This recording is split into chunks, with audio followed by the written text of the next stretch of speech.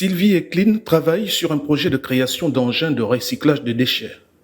Encore élève et déjà passionnée de technologie, le prototype du robot en phase d'expérimentation est fabriqué à base de la ferraille. Je le vois plus comme un serveur, voilà, parce que comme on le tourne, il permet aussi de servir une personne. On m'a toujours appris que la facilité c'est notre ennemi et la difficulté c'est notre avantage. Parce que la facilité ce n'est pas le meilleur chemin à suivre. J'aime tout ce qui est métal, j'aime tout ce qui est science en fait.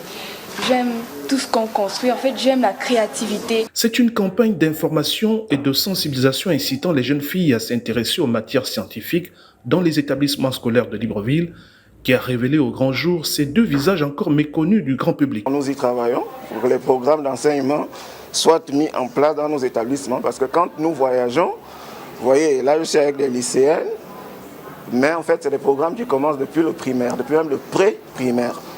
Donc l'idée, je l'espère, et c'est ce que le gouvernement est en train de mettre en place, c'est que d'ici l'année prochaine ou dans 2 ans, au maximum, que ces programmes soient mis en place dans nos différents établissements scolaires et même à l'université.